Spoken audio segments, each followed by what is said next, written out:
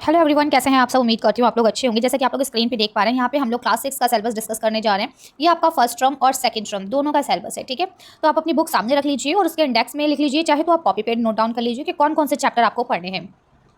देखिए, सबसे पहले यहाँ पे आपको टेक्स्ट बुक दी गई है, ठीक है। उसके कुछ चैप्टर्स आपको दिए गए हैं, जैसे बोटल ऑफ ड्यू, ठीक है। ये आपको पोएम पढ़नी है। यहाँ पे ये क्लास 6 का आपका इंग्लिश का सिलेबस है, ठीक।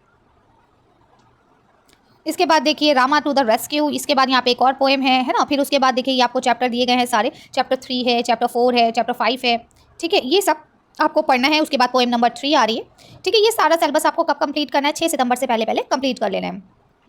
इसके बाद फिर आपका सेकंड टर्म शुरू हो जाएगा। मिड टर्म के एग्जाम फिनिश हो जाएंगे और सेकंड टर्म शुरू हो जाएगा। देखिए यहाँ पे आपको पुअर 6 क्लास लेसन जो आपकी बुक है, ठीक है। तो यहाँ पे आपको उसके अगले चैप्टर्स भी पढ़ने हैं। जैसे चैप्टर 6 जो है ये पढ़ना है, चैप्टर 7 आपको पढ़ना है, चैप्टर 8 पोएम है पहले, उसके बाद चैप्टर 8 है, फिर चैप्टर पोएम फिर से 5 है, फिर चैप्टर 9 पोएम 6 और फिर चैप्टर 10, ठीक है। तो इस तरह से ये पूरा आपको पढ़ना है। जो भी आपके चैप्टर्स दिए गए हैं ये आप टेक कर सकते हैं अपनी बुक में।